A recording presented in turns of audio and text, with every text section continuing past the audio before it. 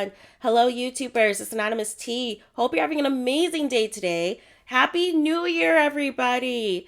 Hope everybody is safe, happy, and healthy wherever you are, wherever you are listening to this. And I wish you well, and I hope your New Year's resolutions come to fruition.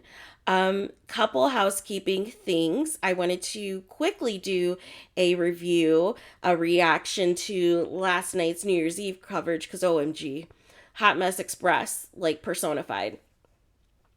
But I want to let you guys know, since you guys have not heard from me for a few days, I promise you later today, you guys are going to get some content, some good reviews, some good feedback, some good reaction videos to some things that have been going on.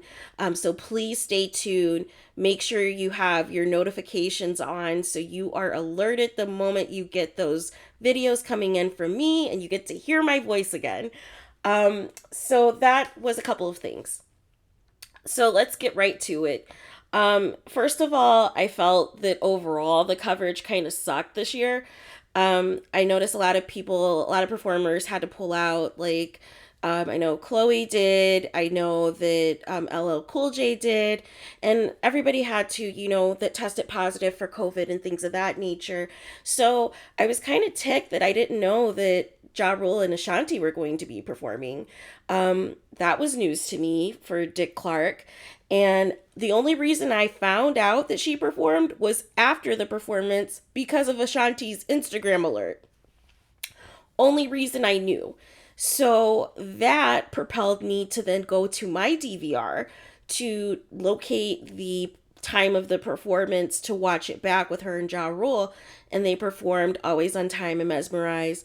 And overall, it was pretty good. I felt like some of the parts that Ashanti was singing, like they could have left the backup track part of it out of it. I don't know, because I felt like sometimes she was singing along with the chorus, sometimes she wasn't, and it was like weird. But that's neither here nor there. Her and Ja Rule look great. And it just reminded me how good music used to be and how we are just like in I don't know what we're in right now with some of these artists, but that was fun. Other than that, I really just watched CNN, and CNN's a hot mess express personified because everybody's wasted, everybody's in train wreck mode, everybody doesn't care because the truth liquor's coming out, and Andy Cohen, oh my gosh, he was flirting up a storm with Anderson Cooper, calling him baby, calling him sweetie, just completely going on these random rants. And the biggest rant, of course, that's gaining the traction on social media at least is his rant on Mayor de Blasio.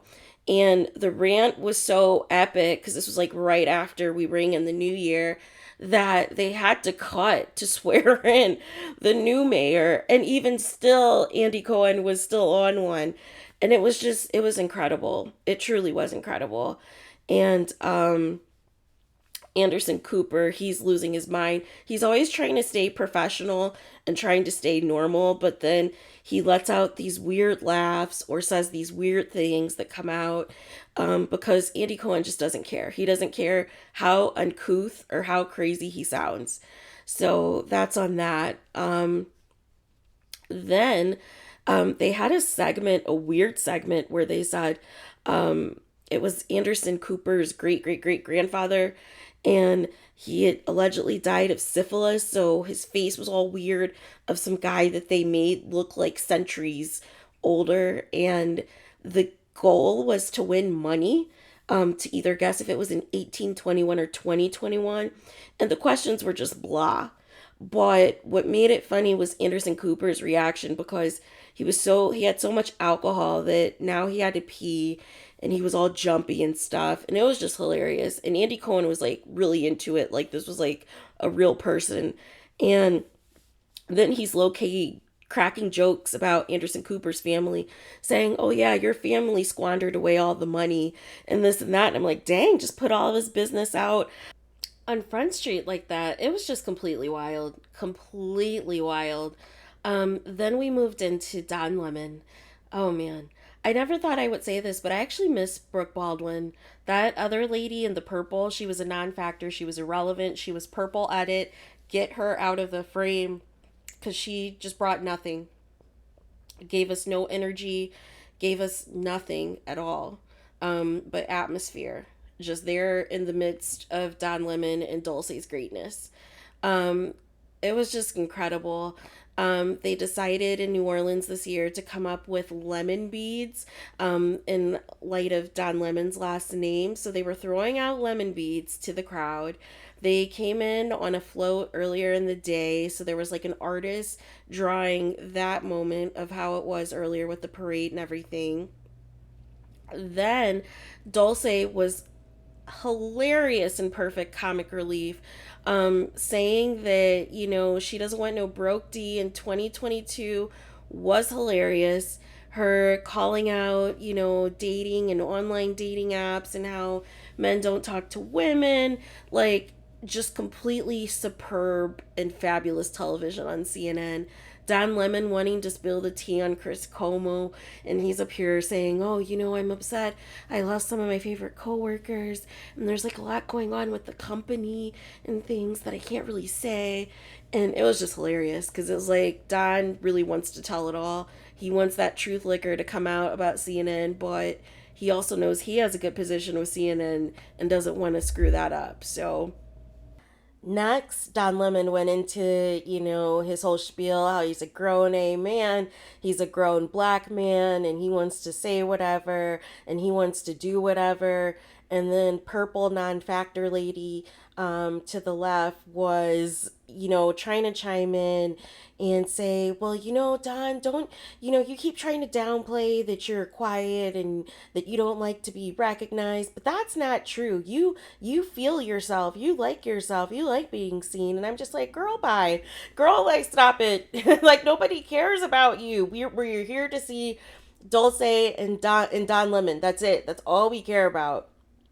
And so then there was a moment where Dulce was like readjusting her outfit because everybody was in sequence. And Don Lemon's like, oh no, are we going to have, wardrobe foul malfunction like the Super Bowl? He's like, am I Justin Timberlake? And Dulce's like, am I Janet? And he's like, well, if you're Justin Timberlake, we're going to hold you accountable. We're going to let you know you can't hide out in these streets with social media. So it was just hilarious. I'm like, y'all need to go to commercial because y'all are saying too much on this broadcast.